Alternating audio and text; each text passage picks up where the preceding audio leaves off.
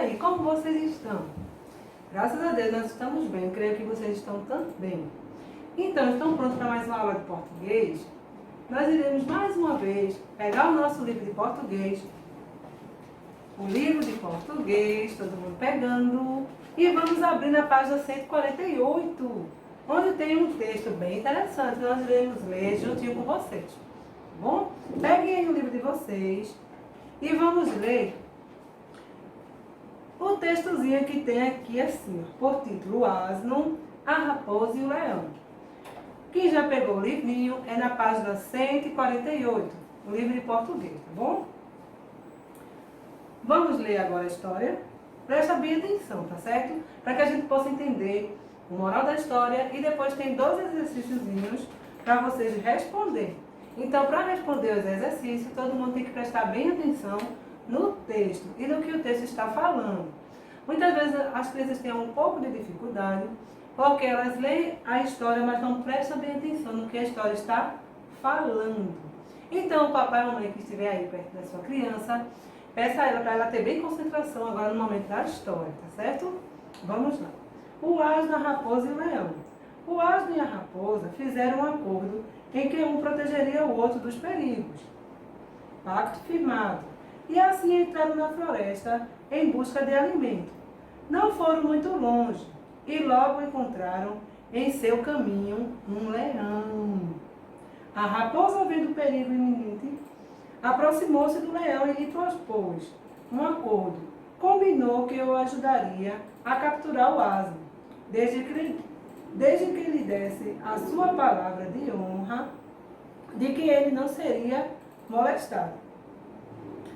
Diante da promessa do leão, a raposa traiu o asno a uma gruta, dizendo que ali ele estaria em segurança. E convencendo-o a entrar, o leão, ao ver garantido o asno, por estar encurralado na gruta, deu um bote e agarrou a raposa. Mais tarde, quando estava com fome, voltou e atacou o asno. Vamos pensar direitinho, qual será o moral dessa história? Alguém pode dizer, qual é a moral da história? O que é a moral da história? A história está falando de uma coisa, então o que é que essa história está falando? Isso mesmo, está falando de confiança e está falando de traição. Então vejam só, teve alguns animais aí que foram enganados e alguns deles, um deles fez uma traição. Muitas vezes, né, a gente confia demais nas pessoas e acontece também isso. No caso dessa fábula, aconteceu com o asno e a raposa. Mas acontece também em nossas vidas com pessoas, às vezes, que são até nossos amigos, né? Amigos entre aspas, porque amigo de verdade não faz isso com ninguém, não é isso? Mas o moral da história é, não dê confiança aos falsos amigos. E alguém pode perguntar, ô tia, como eu vou saber que ele é meu amigo de verdade? Ó, tia vai falar rapidinho aqui. Ser amigo de verdade é aquela pessoa que te ajuda quando você está bem e quando você está mal. Aquela pessoa que fala a verdade e que não fica lhe traindo, certo? Então, quando a pessoa... Outra coisa, quando você está bem, com saúde, aquela pessoa é seu amigo. Mas quando você está doente, não pode brincar, não pode sair na rua, aí aquele seu amigo vai lá e fica com você. Então, ele também é seu amigo. Ah, eu tô com dinheiro, vamos pro shopping, faz os amiguinhos todinho, e todo mundo come, se diverte, brinca. Mas o dia que você não tem dinheiro e seu amiguinho vai pro shopping e diz assim, ei, vamos pro shopping, não tenho dinheiro não. Ah, então tá bom. Então se o amiguinho disser assim, vamos que a gente vai ajudar a comprar alguma coisa pra você, aí ele é seu amigo. Mas se ele disser assim, ah, tá bom, então a gente vai embora, e você fica lá sozinho, triste, sem poder ir porque está sem dinheiro, então essa pessoa não é seu amigo. E se o amiguinho não tiver o dinheiro suficiente para pagar para você, então ele vai fazer uma cotinha com os outros amiguinhos, certo? Então, amigos de verdade são pessoas que nos ajudam no momento bom e no momento ruim. No momento que a gente está assim, bem feliz e no momento que a gente está bem tristinho, certo? Então, bota isso na sua cabecinha. E não devemos ter confiança em tudo que as pessoas falam. A gente tem que ter muito cuidado. As pessoas que realmente gostam da gente, que é o papai, a mamãe, a titia, a vovó, e que eles pedem coisas para a gente fazer coisas certas, então essas pessoas são pessoas boas e que devemos confiar. Mas que for uma pessoa que faz alguma coisa errada com você e diz assim, silêncio, não é para dizer a ninguém. Então, essa pessoa não está sendo seu amigo, viu? Cuidado, não fique calado se alguém fizer algo errado com você. Fale, não fique caladinho, tá bom? Então, essa história nos ensina isso, nos ensina a gente ter que cuidar, tá bom? E aí, em seguida, você tem uma atividade na página 149, onde tem perguntinhas relacionadas ao texto, tá bom? São 2 páginas apenas, a 149 e a 150. E aí você vai responder de acordo com o que você vai entendendo do texto, tá bom? Você vai ler e vai interpretar tudo que o texto pede. Agora vamos para a nossa aula de hoje, que é outra aula, falando sobre o adjetivo. Ainda na página 151, onde nós iremos ler também um texto, onde tem noiva cadáver. O título do assunto é esse aqui, tá bom? Adjetivo. Eu vou ler aqui rapidinho junto com vocês um texto, o texto da página 151, que tem assim como título: A noiva cadáver. Gente, noiva cadáver. Então quer dizer que essa noiva morreu. Que história! Vamos ler essa história e vamos ver o que acontece na história. O acontecimento mais esperado de uma pequena cidade, depressiva e sombria, é o casamento entre 2 jovens que já se conheciam. A união é fruto de um acordo entre os pais dos noivos. A solução encontrada foi selar o compromisso entre Vitor e Vitória.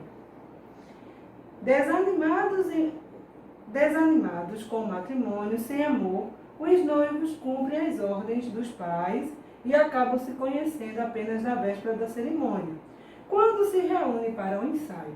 Desconfortável com a situação, Vitor não consegue fazer seus votos e o pastor o manda embora até que consiga aprender o que vai dizer.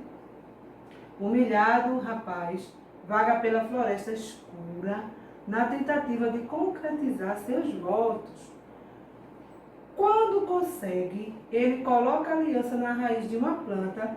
Segundos depois, Victor percebe que não era uma árvore, já que o corpo em decomposição de uma mulher estranha surge do chão, sem querer. O filho da Svan descobre que se casou com a noiva cadáver. Desde o misterioso assassinato que tirou a vida da jovem, ela aguardava que o noivo o resgatasse. Que história, minha gente, sombria. Por engano, Vitor se casa com uma misteriosa mulher e é levado para a terra dos mortos. Quando consegue retornar para explicar a situação para a Vitória, a noiva cadáver o leva de volta para o mundo subterrâneo. Desesperada, a filha dos Evel tenta justificar o desaparecimento de Van. Mas seus pais não acreditam e arrumam um novo casamento para ela. Agora Vitor terá de arrumar um jeito de voltar para os braços do seu amor vivo. Que história, minha gente, assombrosa. A história da mulher que já estava morta e parecia um galho em sua mão. Pronto, essa foi a história da noiva cadáver, tá certo? Mas aí agora a gente vai trabalhar o texto, retirando algumas palavras que tem no texto. No texto tem algumas palavras que estão escritas em negrito. Pequena, misteriosa. Então essas 2 palavras é o que a gente vai falar aqui em seguida. As palavras destacadas no texto referem-se ao substantivo, caracterizando-se, veja, pequena cidade. Então vamos lá, o que é adjetivo? Adjetivo é a palavra que caracteriza o substantivo e concorda com ele em gênero e número. Logo, o adjetivo é a palavra que caracteriza o substantivo e concorda com ele em gênero e número. No próximo slide nós iremos explicar como acontece Ó, em gênero, nós se referimos ao masculino ou feminino. Quer dizer, homem ou mulher, macho ou fêmea. E em número, nós nos referimos à quantidade. Por exemplo, se eu disser a menina, eu estou dizendo que tem uma. Mas se eu disser as meninas, então eu estou me referindo ao número mais de uma. Então a quantidade não é só uma, é a quantidade mais de uma. Então quando a gente se refere ao gênero, está explicado aqui, e quando se referimos ao número, é a quantidade do que a gente está falando. Pode ser de pessoas, de objetos, de lugares, certo? No próximo, locução adjetiva é o encontro de dois vocábulos, com função de um único adjetivo. Vocês têm aqui na página 152 um quadrinho amarelo, onde tem algumas locuções, tá bom? Aí eu coloquei apenas esses 4 exemplos para a gente só exemplificar aqui com vocês. Aí tem assim, de mãe, materno, de pai, paterno, do campo, campestre, da chuva, pluvial. Lembrando o seguinte, nem todas as palavras, todos os substantivos, eles vão ser parecidos. Tipo aqui, de mãe, materna, a gente já lembra, quando fala materna, a gente já lembra de mãe. Aí quando fala aqui de pai, aí paterno, que fala do pai. Do campo, a palavra é bem parecida, ó, campestre. Mas quando chega aqui de chuva, aí pluvial.